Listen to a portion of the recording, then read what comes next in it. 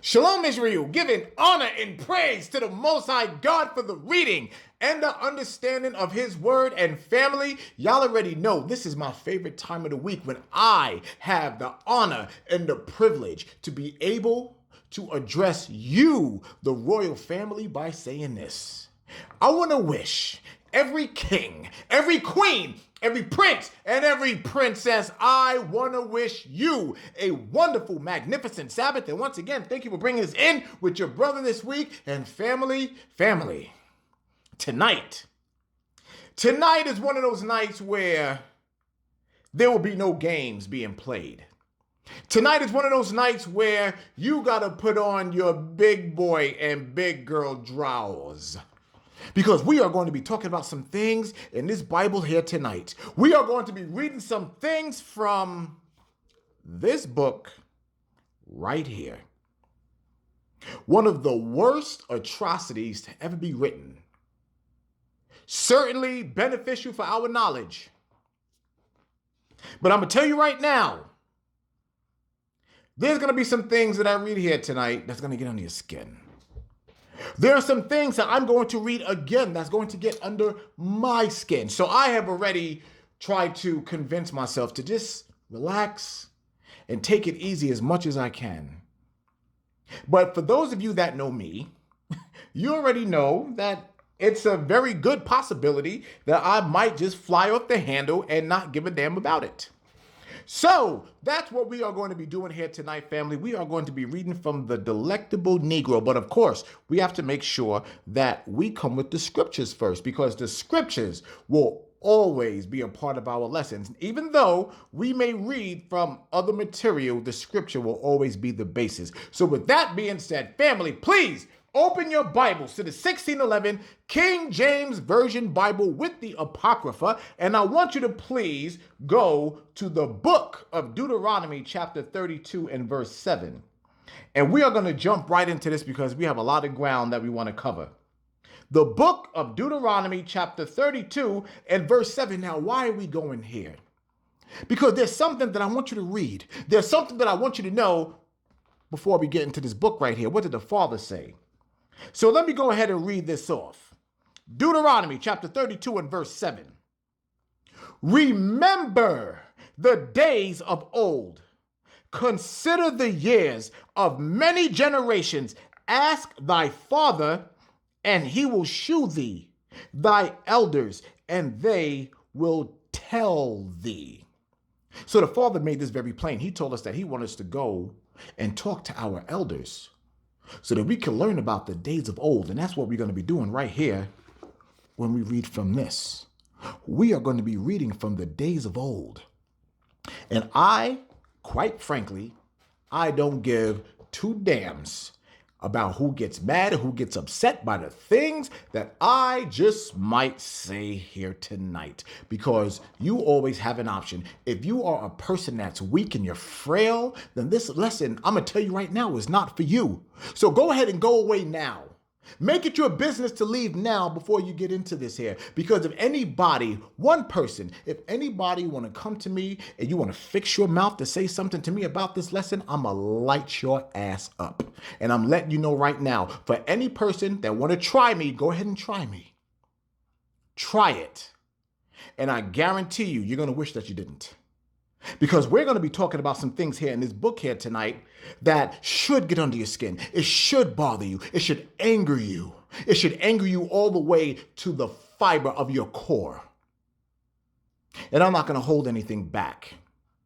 Because these are the type of discussions that we have to have as people, as our people. These are the uncomfortable conversations that we have to have. Why? Because the Father said, remember the days of old. Now, before we get into the atrocity called the Delectable Negro, I want to make sure that I come with some type of positivity. All right. I got to always make sure that we create a balance here. Because if not, many of you will be running out there doing things that you should not be doing to the other nations, particularly Esau. Okay.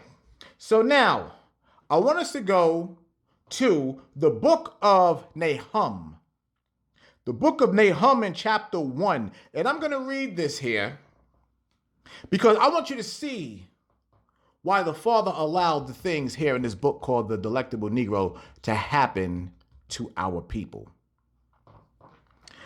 The book of Nahum, chapter 1, verse 1. The burden of Nineveh. The book of the vision of Nahum, the Elkoshite. And we just read this not that long ago. Some of it, not all of it, but some. God is jealous, and the Lord revengeth. The Lord revengeth. It said it twice. Now, whenever the scriptures say something twice, when the Most High brings something out and he says things twice, he's like, you better pay attention. You better know that what I'm saying is fact. He said, I revenge. The Lord revengeth and is furious. The Lord will take vengeance on his adversaries, and he reserveth wrath for his enemies. Now, as we learn many times, we know exactly who our enemies are. It's all the other nations, but specifically in the book of Deuteronomy, when it comes to the curses, the Father said that we are going to be sold unto our enemies, and that's who we're going to be reading about here tonight. Verse 3. The Lord is slow to anger and great in power and will not at all acquit the wicked. Now, this is the part where that hope comes in. This is what I want you to pay attention to, because the Father said that he will not acquit the wicked. You know what acquit means? It means to forgive, to let it go. The Father said that's not going to happen.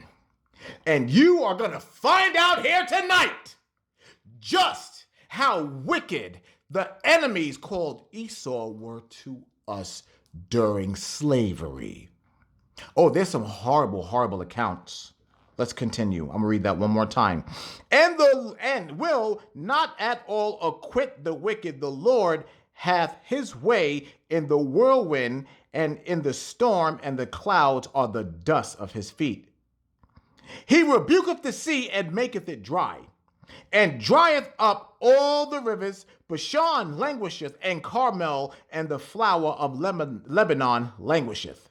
The mountains quake at him, and the hills melt, and the earth is burned at his presence. Yea, the world and all that dwell therein. The Father is nothing to play with.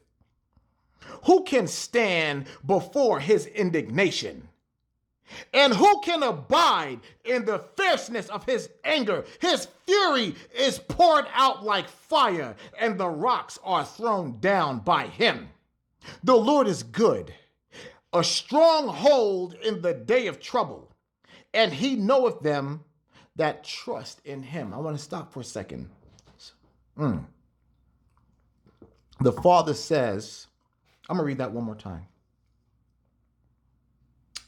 The Lord is good, a strong hold in the day of trouble, and he knoweth them that trust in him. Is that you? Is that you? Is it you that trust in the Most High? Because I'm going to tell you, just this past week alone, there have been several people that wanted to reach out to me, whether it was right here on YouTube, through the comment section, or on Instagram. One individual. Mike, I used to watch you all the time, but, God hasn't opened your eyes. That's what she said to me. God hasn't opened your eyes because now I'm reading from the Book of Mormon. So let's read this one more time. The Lord is good, a stronghold in the day of trouble, and he knoweth them that trust in him. And there is a rebellion of so-called Israelites that were so-called in the truth. But now they're fleeing and they're going away. And my thing is, let them go. Let them go. Die. Die. Because that's what the scripture said is going to happen to you. Dogs returning back to their vomit. And they actually think that I have a care in the world. Verse 8. But with an overrunning flood, he will make an utter end of the people thereof. and darkness shall pursue his enemies. Because remember, if you are a friend to the world, the ones that love the Book of Mormon and all the other rest of that crap, then you are an enemy of the Most High. So this is talking to you. And the Father said he's going to kill you because you are an enemy to him. You're going to die. You're going to die. You're going to die. Just like everybody else that we're going to talk about here tonight. What do ye imagine against the Lord? He will make an utter end. Affliction shall not rise up the second time. For a while they be folded together as thorns, and while they are drunken as drunkards, they shall be devoured as stubble, fully dry. And why is it going to be stubble? Because remember, the chariots are coming, and the chariots is going to kill the 2/3 of the disobedient Israelites, the ones that do not want to comply with the Lord's statutes and commandments. And all of the other nations, the Father said he is going to destroy, absolutely destroy. Not because I said it, because you're reading it here in the scriptures. Let's continue. There is one come out of thee that imagineth evil against the Lord, a wicked counselor.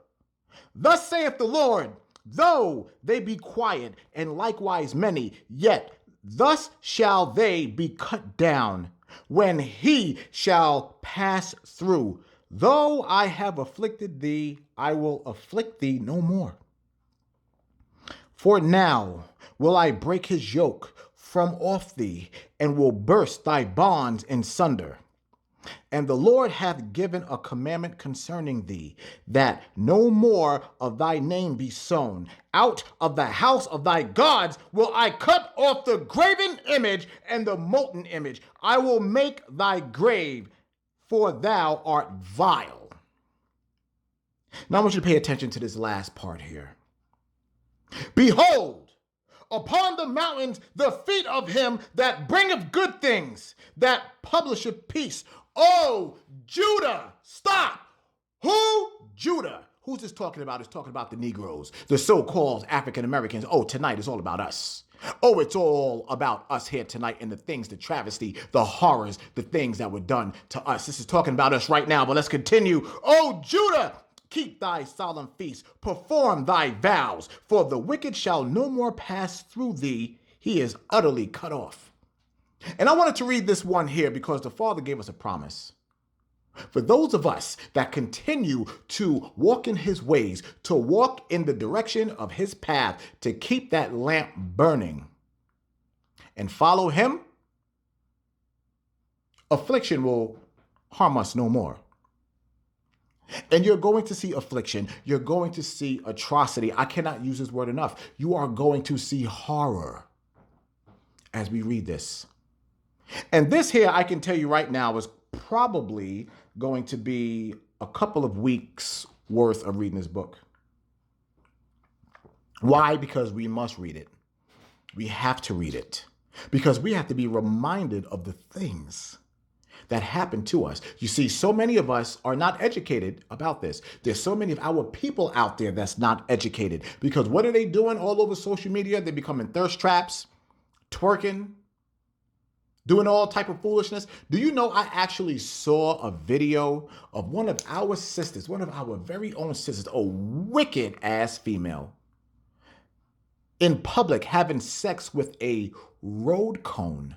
Yes, those orange cones that they have. She was doing it in public. She was doing it on the street while everybody was watching.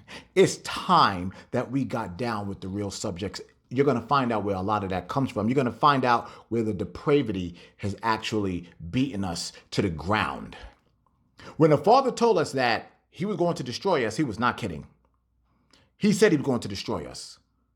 And for any person of Judah or any other of the 11 tribes can actually sit in public and have sex with a road cone, it's time to get into some serious stuff. So let's not wait anymore. The Delectable Negro. If you're not sure what the word delectable means, it means a delicacy. Our enemies were eating us. They were eating us, consuming our people, the children of Israel, specifically Judah. We're going to read this here, and if you already have this book, you can follow along. I'm going to start at the beginning of this chapter. It's called Sex, Honor, and Human Consumption. And I'm reading page 59. I'm going to start, and brace yourselves, family. Lilburn Lewis, a Kentucky slave owner, owned a considerable number of slaves whom he drove constantly, fed sparingly, and lashed severely. According to abolitionist Lydia Maria Child, Lewis was a typical plantation owner whom most in the local community probably respected and looked to as a model wealthy citizen in terms of his treatment of his slaves. You see, the treatment of his slaves, now you got to think about this here. You got to think about the audacity. They looked at this man as a model citizen for the way he treated his slaves. A model citizen in the way he treated unfairly black people, the children of Israel, the tribe of Judah. This man was praised for the way that he treated the slaves. In 1826, he would commit crimes against his slaves that would cause his community to ostracize him and pursue legal restraint. So there came a time when he just got a little too wild, according to them. He committed suicide while awaiting criminal trial. It is hard to say from the evidence if George, a young recalcitrant slave on Lewis's plantation, was a favorite or if Lewis consciously chose him, as many masters did, as the object of ritualized violence. Ritualized violence. And as an emblem of his manhood and noble social stature. All we know for sure is that George, like many on the plantation, often went hungry, suffered the lash too often, and grew to despise and resist the condition of bondage. George provoked his master's penchant for punishment by frequently running away in addition to disobeying. So let's stop for a second. So now George was one of them dudes that wasn't having it. George is one of the dudes that the master saw a favor in, but you're going to find out why he saw a favor in him. But George was that dude like, nah, I gotta go. I'm running. Watch this. Sent to the spring one day, meaning by the water, sent to the spring one day to collect water into, quote, an elegant pitcher, end quote, George made the horrid mistake of letting the pitcher fall and standing by and watching as it dashed to shivers on the rocks. So if you're not familiar with what's going on, his master sent him to go pitch some water, and it was a really, really elegant, what's the word I'm looking for? An expensive pitcher. And it fell and it broke. And he watched it fall and drop. As punishment for George's transgression. Now, let's stop here for a second, family. A transgression. Dropping an elegant pitcher was a transgression. His master bound him to a wooden plank, and in the manner of a butcher quartered him with an axe and cooked his severed body parts and pieces of flesh over a billowing fire. So I'm going to stop for a second here. I want y'all to understand the psychology of these evil bastards known as Esau. These evil, wicked little trolls. These devils. Because this brother dropped a pitcher, he put him on a wooden plank and cut his body up. Cut his body up and put it over fire. Why would he put it over fire? Because he ate him. He ate him. Oh, you haven't seen nothing yet. Nothing. And so many of our people right now got them living in their homes. The wickedness of these people. Oh, we're just getting started, family. Listen to this. In preparation for this ritualized punishment, Lewis gathered all of the slaves on the plantation, quote, into the most roomy Negro house, bolted the door, and told those assembled that, quote, the design of this meeting was to teach them to remain at home, excuse me, and obey his orders, end quote. The ritual begins with George's younger brother helping the master bind the slave to a wooden bench. Do you see the evil among these people, family? Do you see what this evil, wicked son of a bitch did? He went and got his brother and had his brother help to tie him down before the atrocity came. I'm getting mad,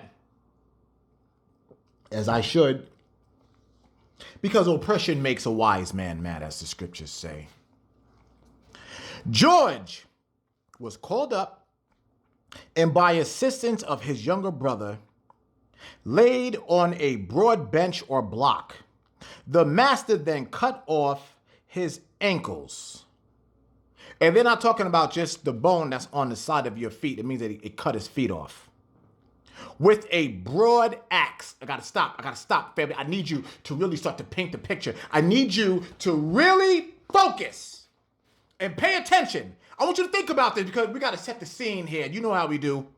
Just think about this. Just imagine it was you. Not even on a bench, but just imagine it was you just sitting and watching this. And here you see somebody that you know are brothers. One of them is laid up on a bench, while his younger brother, his brother,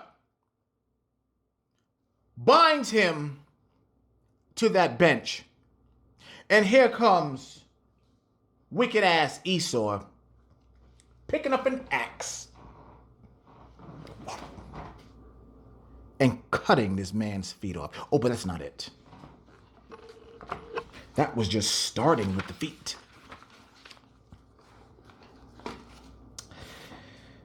Here we go. Let's continue. In vain, the unhappy victim screamed. Not a hand among so many dared to interfere. Having cast the feet into the fire. Can you imagine that? Picture this as it's happening. Somebody cut someone's feet off and then they throw it in fire as you watch. Having cast the feet into the fire, he, the master, lectured the Negroes at some length. He then proceeded to cut off his limbs below the knees. The sufferer besought him to begin with his head. It was in vain. The master went on thus until trunk, arms, and head were all in the fire.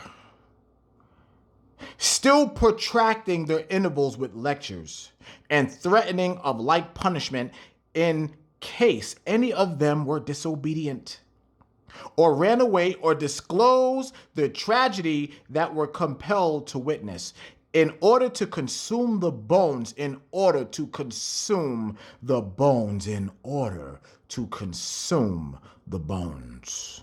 The fire was briskly stirred until midnight. So I'm not sure if you're not picking up on this here, but all of the slaves on the plantation sat and watched this man get cooked and eaten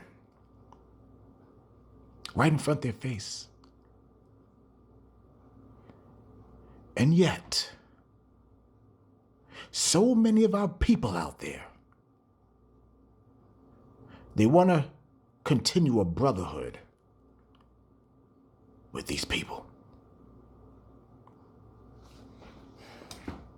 Do you see why the Most High is pissed off? Let's continue. Sometime in the early morning, an earthquake materialized and shook the slave shack. Stop, because now this is really starting to get into scripture here. What happened when our people used to get arrested back in the times of Christ, and when the gospel was coming out? What would they do? They would come take us and they would arrest us for bringing out the gospel. And what would the Father often do when we were locked up? He would shake the jail and bring it down to stubble. What is the Most High doing right here? When they watch this atrocity as a whole, our people watch as this happened. And what did the Father do? He shook the shack, reminding our people that he's still there. But because of our disobedience, the Father said these things have to happen. He warned us. He told us, family. He told us that these things were going to happen. And the Most High is a just God. He's a jealous God. He is a fair God. And he told us these things were going to happen. But even as they were happening, he still reminded the Israelites, I'm still here. I'm going to start again. Sometime in the early morning, an earthquake materialized and shook the slave shack, crumbling the walls and extinguishing the fire. This act brought an abrupt halt to the masses' activities, and the Negroes were allowed to disperse, with charges to keep the secret under the penalty of like punishment. So this Edomite understood what was going on. He knew, just like the officers of Rome, he knew, that's their God. That's their God talking. But he said, even though that's your God talking, if any of you niggas say anything, the same thing is going to happen to you. So now when we read the book of Nahum, you see here why the Father said these people have to pay. This is why the Father said he is taking them out altogether, that his enemies are going to be consumed by fire and by swords. Their blood will be spilled, just like we mentioned so many different times. The Father said it's going to happen. And it's going to happen. Later that evening, Lewis's wife inquires into her husband's activities. When his wife asked the cause of the dreadful scream she had heard, he said that he had never enjoyed himself so well at a ball as he had enjoyed himself that evening. This wicked bastard, this wicked son of a bitch. Do you understand how loud this man was screaming from the things that were happening to him? Because remember, this is the slave quarters. The slave quarters were far from the homes.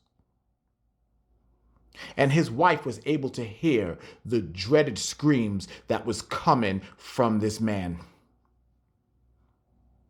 all the way in the quarters. And she went out to inquire, and this evil, miserable little prick said he has never enjoyed himself so much for what he did. Do you understand the evil behind that, family? Come on, man. Come on. Come on. Do you not understand the disgust? This man said that he enjoyed that. I'm trying to tell you, I'm trying to get you to understand these people's spirits. And those very same spirits are the same ones here today. And we're going to get into that, don't you worry. Let's start again. Lewis's response to his wife, as disturbing and incongruous as it is, put this entire scenario into context, contrasted against the plantation mistress and the domestic sphere. We see more clearly George's erotic, let me read that again. We see more clearly George's erotic significance to his master and the clandestine pleasure taking that the white man associate with his slave. The metaphor of the ball is significant insofar as one goes to a ball with someone. Lewis would, under normal circumstances, attend the ball with his wife, dancing with her, holding her close, smelling and touching her body. Instead, we have George as the unwilling, feminized partner and conjugal mate. It is George whom the master touches, smells violently, lavishes with attention and care, and ingests with the same relish that he would hors d'oeuvres, fine music, or cocktails served at an open bar at a ball. George and his ritualized punishment refine and ennoble Lewis's white male identity. Powerful feelings of satiation, leisurely comfort, and pleasure accompany Lewis's cannibalization of George. So, family, if you're not able to put the pieces together, the master was raping George. The master destroyed this man all the way down to the point where he was having sex with him. And Lord knows what other horrible things he was doing. But the one that, remember earlier when we started reading at the beginning of that chapter, it said that this was one that was favored. He was attracted to George. And being that George broke the little pitcher, he took him and had his way with him in front of everybody, cut him up, and ate him. And the sick son of a bitch confessed to his wife that it was one of the greatest things that he's ever encountered. Now, I want you to think about, I need you to turn this on. And I need you to think about all of the other slaves, all of our people, our ancestors. Not just our ancestors, but you. Because I'm sure during that time, many of us were alive. You have to remember, regeneration family, we all witnessed this. We all saw this. That's why when we're born into this, we already have those feelings because the spirit doesn't forget. When we look at them and when you get around some of them and you just feel this evil, you can see it in their eyes. You can feel it on their spirit. You see these things. You see what they are. You see what they're all about. You can see right through them. And this is the stuff that they were doing. So now with that being said, family, let's go back to the scriptures. Let's go back to the scriptures, and I want you to go. Let's go to the book of Isaiah. Let's go to the book of Isaiah, chapter 14 and verse 22. Let me save my place here. The book of Isaiah, chapter 14 and verse. As a matter of fact, go to verse 21. Let's start there. I want to start at verse 21. The book of Isaiah, chapter 14, verse 21. This is why the Most High said what he said. Prepare slaughter for his children for the iniquity of their fathers, that they do not rise nor possess the land nor fill the face of the world with cities. The father said he's going to kill them. for the iniquity of their fathers. These very same people who you think are so cool with you today, who will sit there and smile in your face, who will actually say that they are united with you. They are for your cause. The Father said, no, no, no. They all gotta go. Every last one of them will be destroyed.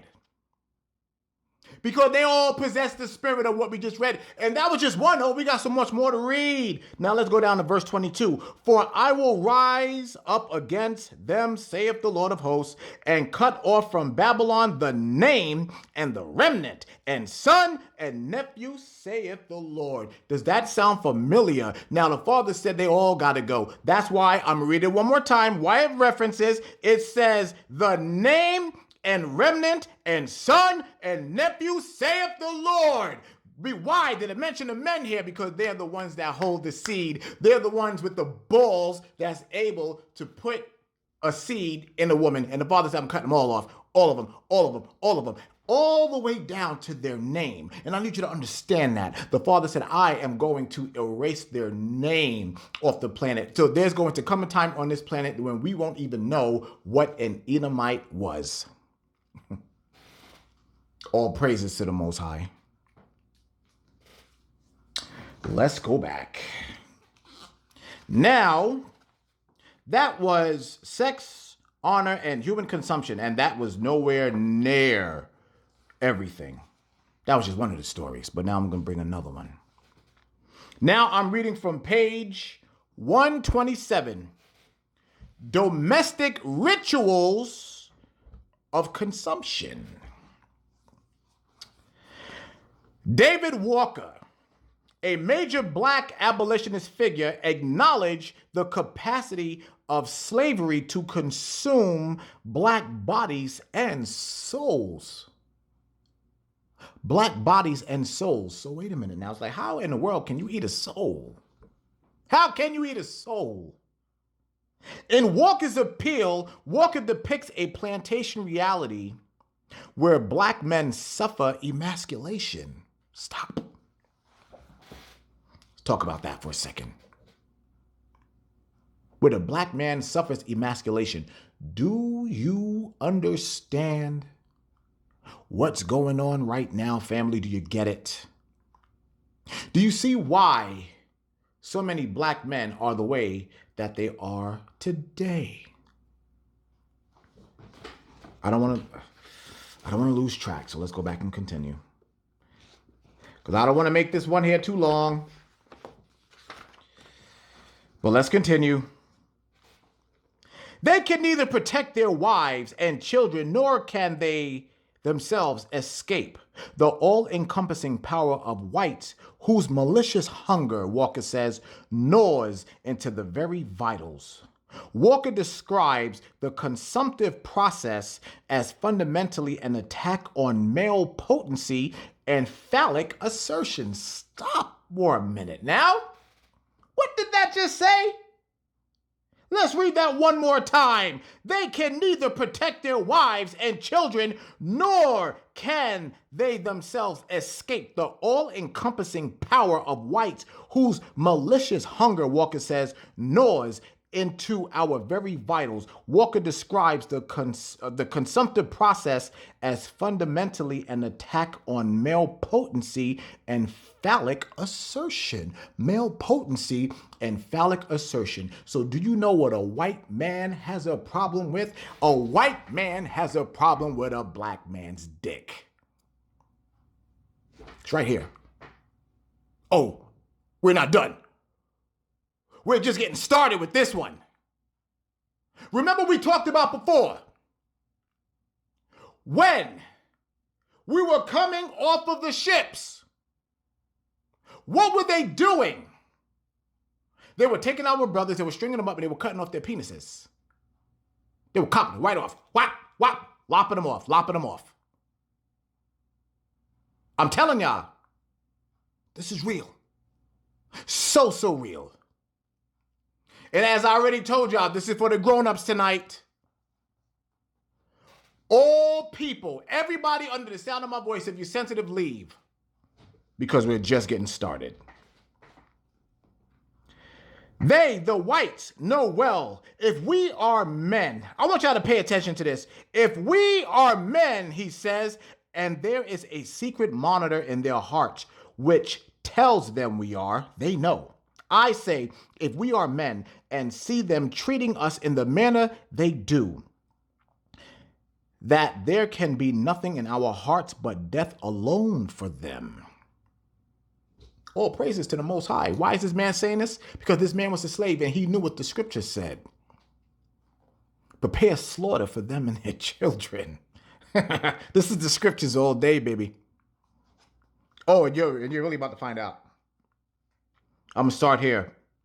I say, if we are men and see them treating us in the manner they do, that there can be nothing in our hearts but death alone for them. To walk is thinking.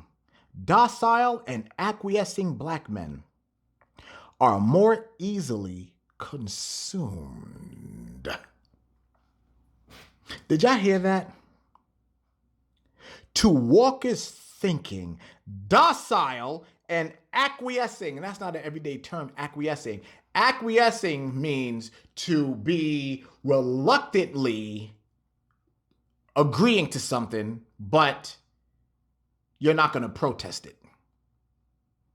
So a little docile nigga, a little nigga that run in the corner. Yes, master, absolutely, master. Anything that you want, master. Even though he's raging and burning inside, he ain't going to say nothing. You know what that's called? That's called a bitch ass nigga. That's what that's called. And what is this saying here? This is saying to walk is thinking. They would eat the bitch nigga first. And do you know why? Because any hunter will tell you this. Any hunter will tell you. Anytime that you're hunting an animal, let's use a deer for an example. You want to shoot it here in the back hide. Why? Because if you shoot it anywhere else, what's going to happen? The damn deer, the buck, the roe, whatever you want to call it, is going to start going crazy. Its muscles are going to tense up, and you're not going to get a really good cut of meat. The meat is going to be very tough, horribly tough. The $2 steak tough. But the bitch ass nigga here, the docile one that they consume, his flesh is very, very tender.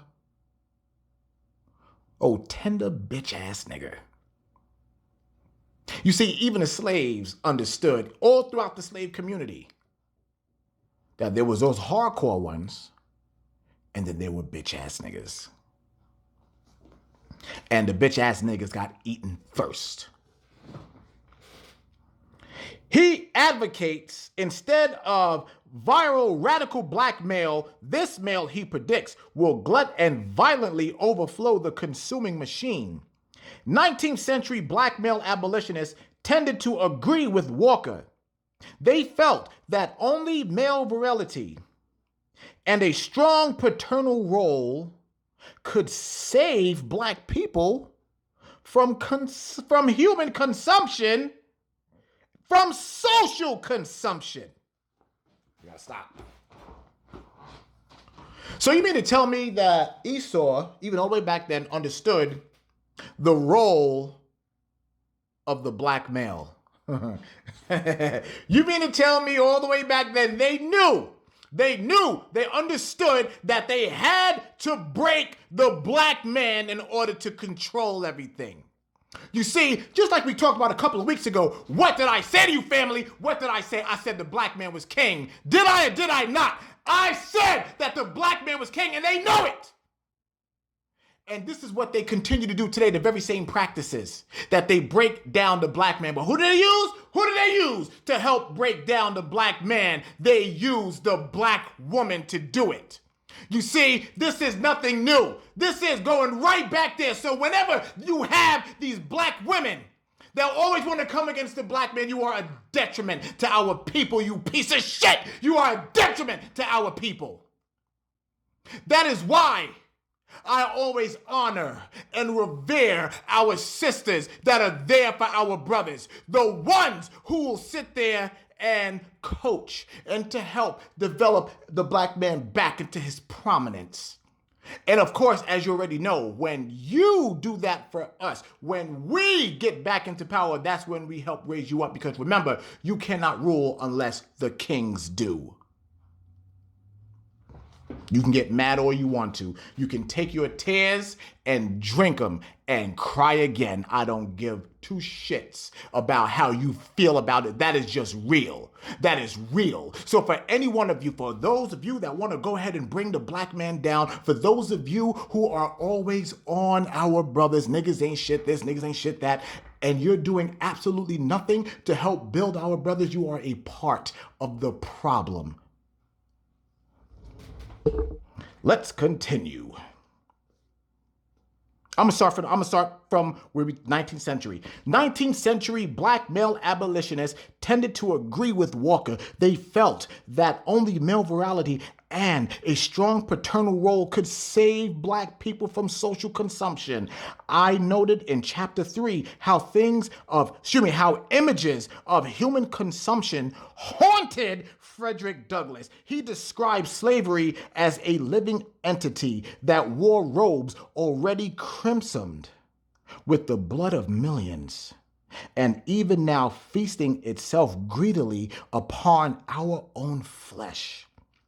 Everywhere Douglass turned, he saw slavery literally and psychically consuming black people. In the battle between Covey and Douglass, we get Douglass's version of black male might and gladiator-like potency winning out over the white male parasite determined to suck all vitality from the slave. Another black abolitionist, John S. Jacobs, described slave owner and traders as hungry heirs who partook daily. This is on a daily basis, daily, of a feast of blood. Jacob's most painful memories of slavery centered upon his emasculated and socially consumed father. So what do we have here, family? What do we have? What we have here is another case where now you have a child, you have a son, you have a daughter that's watching as her father, their father, his father, as he is beaten and downtrodden, murdered, the blood that is spilled on a daily basis to the black man. Do you see? This is the thing that should really be getting under your skin. This is the thing here that should really be getting you fired up. These are real accounts. Real. Now, we're going to do this here. Watch this. He writes, to be a man and not to be a man, a father without authority, a husband and no protector, is the darkest of fates. Such was the condition of my father, and such is the condition of every slave throughout the United States. He owns nothing. He can claim nothing. His wife is not his. His children are not his. They can be taken from him and sold any minute, as far away from each other as the human fleshmonger may see fit to carry them. Family, what am I reading right now? Now, we're about to get on with this here. What am I reading, family? What am I reading? Am I not reading exactly what the Bible has said? This is why I tell you the Bible is real. You can't get around this Bible. You can't. This is our book. This book belongs to us. This is our history. And these people, these sons of bitches, have done these things to us. And yet so many of our people out there, they want to continue to bring them into the fold. I'm reading the scriptures, what I'm reading right now. So let's go ahead and go to it. We're going to read the book of Deuteronomy. Let's get this. Oh, baby, let's get this here. Let's go back to the curses. Let's see if the curses happened to line up with this set here. So let's do this here. I want you to go to Deuteronomy chapter 28 and verse 29. Deuteronomy chapter 28, verse 29. Remember what you just read, family. And thou shalt grope at noonday, as the blind gropeth in darkness. Did it not say the darkest fate? And thou shalt not prosper in thy ways. And thou shalt be only oppressed and spoiled evermore, and no man shall save thee. No man. Okay? So now I want you to go to verse 30. Thou shalt betroth a wife, and another man shall lie with her. Thou shalt build an house, and thou shalt not dwell therein. Thou shalt plant a vineyard, and shalt not gather the grapes thereof. Oh my goodness, is that not what this just said here? When we read in this book, his wife is not his. His children are not his. They can be taken from him and sold any minute as far away from each other as the human fleshmonger may see fit to carry them. So now let's jump down to verse 32. Thy sons and thy daughters shall be given unto another people, and thine eyes shall look and fail with longing for them all the day long, and there shall be no might in thine hand. I just read that. We just read that just now. Just now, in this very same book. But let's not stop there. Let's go to verse 34. So that thou shalt be mad for the sight of thine eyes, which thou shalt see. Oh my gosh, I just read that again. That's the very same thing I just read here. So now let's go down to verse 41. Let's see what verse 41 says. Thou shalt beget sons and daughters, but thou shalt not enjoy them, for they shall go into captivity. I just read that. Okay, now let's go down to verse 45. Moreover, all these curses shall come upon thee, and shall pursue thee, and overtake thee, till thou be destroyed, because thou hearkenest not unto the voice of the Lord thy God, to keep his commandments and his statutes, which he commanded thee. Family, all of this here happens to correlate. Every last bit of it. So now that we read those scriptures, I'm going to read this here one more time. To be a man and not to be a man, a father without authority, ding, a husband and no protector, ding, is the darkest of fate, ding. Such was the condition of my father, and such is the condition of every slave throughout the United States. He owns nothing. Ding, he can claim nothing. Ding, his wife is not his. Ding, his children are not his. They can be taken from him and sold any minute as far away from each other as the human fleshmonger may see fit to carry them. Ding. White abolitionists documented incidents of black children literally boiled alive. I'm going to read that again, family. I'm going to read it again. White abolitionists documented incidents of black children literally boiled alive, butchered, and fed to open fires. They debated and deliberated about whether or not America was becoming a cannibal nation. Black men, though, as Jacobs demonstrates, strove to convey the private effects of human consumption by situating these factual and philosophical considerations in the context of their personal demise. Black men demonstrated how the culture of consumption robbed them of their masculinity, destroyed familial units and ties, and portended the literal extinction of the race.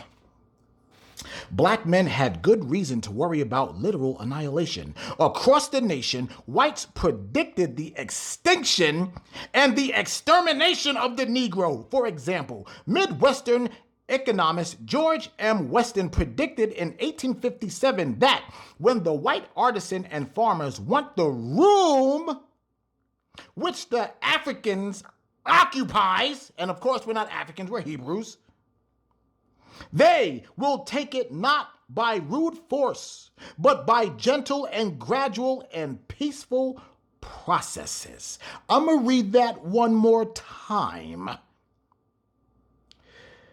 When the white artisans and farmers want the room which the Africans occupies, they will take it not by rude force, but by gentle and gradual and peaceful processes. So now, those of you who are in this truth and you have been studying, you know where I'm getting ready to go. I'm getting ready to go to Ecclesiasticus chapter 12 and verse 10.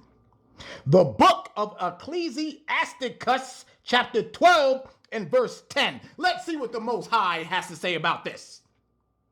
Never trust thine enemy, for like as iron rusteth, so is his wickedness. Though he humble himself and go crouching, yet take good heed and beware of him. And thou shalt be unto him as if thou hast wiped a looking glass, and thou shalt know that his rust hath not been altogether wiped away. Set him not by thee, lest when he hath overthrown thee, he stand up in thy place. Neither let him sit at thy right hand, lest he seek to take thy seat, and thou at the last remember my words, and be pricked therewith. Who will pity a charmer that is bitten with the serpent, or any such as come nigh wild beast? Did I say that? Or did you not just read that in the Bible? Did I say that? Is this my personal opinion? Or did you not just read that in the Bible, what that just said? So let's go right back to what it said here, and let's see if we can make any type of understanding with this. I'm going to start back at the beginning. Black men had good reason to worry about literal annihilation across the nation. Whites predicted the extinction of and extermination of the Negro. For example, Midwestern economist George M. Weston predicted at 1857 that when the white artisan and farmers want the room which the African occupies, they will take it not by rude force, but by gentle and gradual and peaceful processes, just like the Bible said. Although he come and he humbles himself, and he's going to sit there and present himself as your friend, as your buddy, as your confidant. He's going to, or she is going to present themselves to you as, you know what? I am with you. I am with the black man. I'm with the black woman. I love you. I love your culture. I love your children. I love everything about you. But what did the Father say in these scriptures? He said that it's like rusted iron. You can take the iron, you can take it and wash it and polish it up, and it's going to look, oh, so gleaming, so beautiful. But what's going to happen is that rust eventually is going to come back, because that is its natural thing to do. Iron rust, and you can't get rid of it. Just like the spirit in these people, these damn cannibals, these horrible, wretched, freaking people. And yet you want to align yourselves. And do you know what the crazy thing about all of this is? Is that people will look at me as if I am being racist. And I'm not. I'm reading the scriptures. I am using the world to prove the word, and the word will always prove the world. You can't get around it. Oh, but family, guess what? That's just everything that we've read so far. Oh, that's not it. Look at this next part. As a matter of fact, I'm going to take it up just a little bit. Just so that I'm going to run everything together. But by gentle and gradual and peaceful processes. Y'all ready? The Negro will disappear.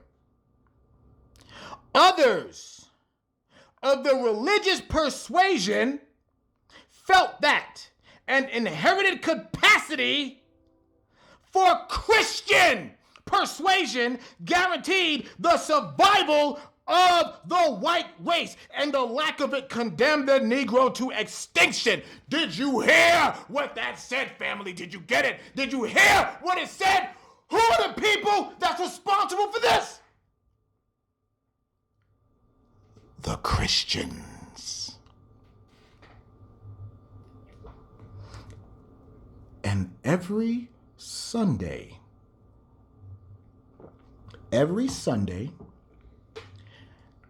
our people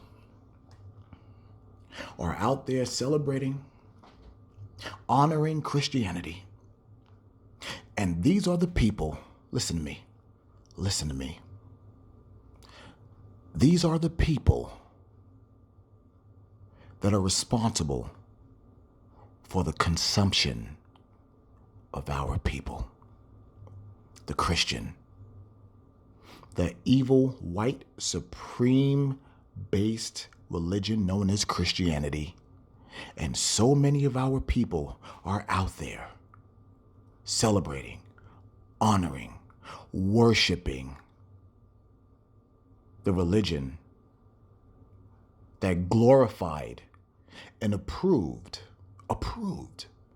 the eating, the sex, the rape, the annihilation, the humiliation of our people. Let that sink in. Let it sink. And I'm stop it there. Family, we are at war. You understand me? We are at war. Everybody thinks this is a game. 1 foot in, 1 foot out. Do you understand what's coming? Do y'all seriously understand what's coming to this planet? Do y'all see how this is not a joke? It never has been and never will be.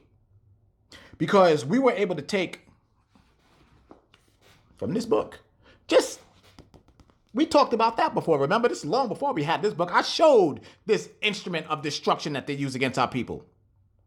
They would take this device right here, and as you see, it's pronged, and this little thing right here, you would take it and you would twist it, and it will go ahead and it will open you up. Imagine what's being opened up. You already know what it is. Let's go ahead and say it. That's your vagina, anuses, mouths, anywhere that they may cut on your body and stick into the wound and open you up.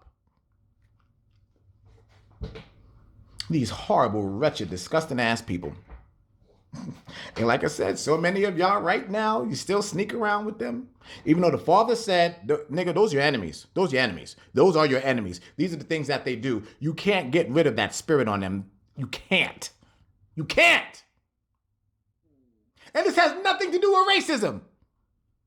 People will seriously sit here and look at me like I'm being a racist when I'm reading the things that they have done to us. But yet they'll still try to take it and put it back on me. You can do whatever the hell you want to. It doesn't matter, because the bottom line is this. The bottom line is that the Father said that they are going to be repaid for the things that they have done. Prepare slaughter for his children. And if anybody has a problem with anything that I'm saying, all you got to do is go read the book of Obadiah.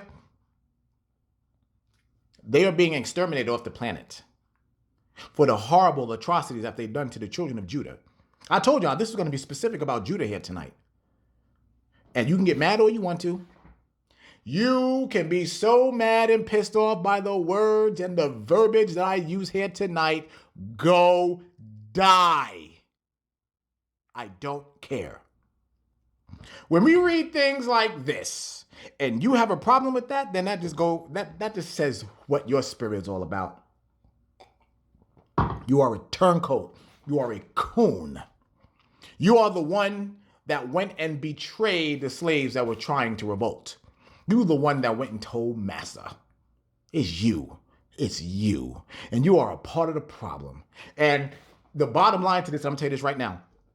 Our sisters, as y'all are reading this, because y'all are next. Well, I know we didn't get into y'all yet. Y'all are next. You're next. And you're going to see why you want the black kings to be able to stand up and protect you. You're going to find out next week, so make sure you tune in. But this was just the beginning. And I'm telling you now, letting you know right now, it gets worse. It gets so much worse. But when you walk away here from this lesson here tonight and know the things that were done, just remember, as we read in Nahum, the Father said, there will be payback. There will be revenge. But the question is, when the revenge comes, when the chariots are above us, what side are you going to be on? Are you going to be taken into the wilderness for protection? Or are you going to be roasting on an open fire? Unfortunately, like how many of our people were, and eaten and consumed, but not by people this time, but by the fowls of the air, the vultures, the cockatrice, the dragons. Are they going to eat your body up? Or are you going to be celebrating with those of us, the hopeful elect, that is pushing forth for this truth and wanting to see the revenge that has plagued our people? Which one are you? You got to decide. And the time is now, because the clock is ticking and it's speeding up really, really fast, really, really fast. And all of a sudden, boom! The sky cracks and your time is up. So you better get ready right now. Put the games away. We got work to do. Kings, princes, we got work to do. We have a lot of it to do. As you see here, what they've done to us. But we no longer have to live under that anymore. The Father told us we will rule again. And we're going to. But the question is, will you be ruling with everyone else? And we're going to end it there tonight, family. And I love y'all. And I'm out.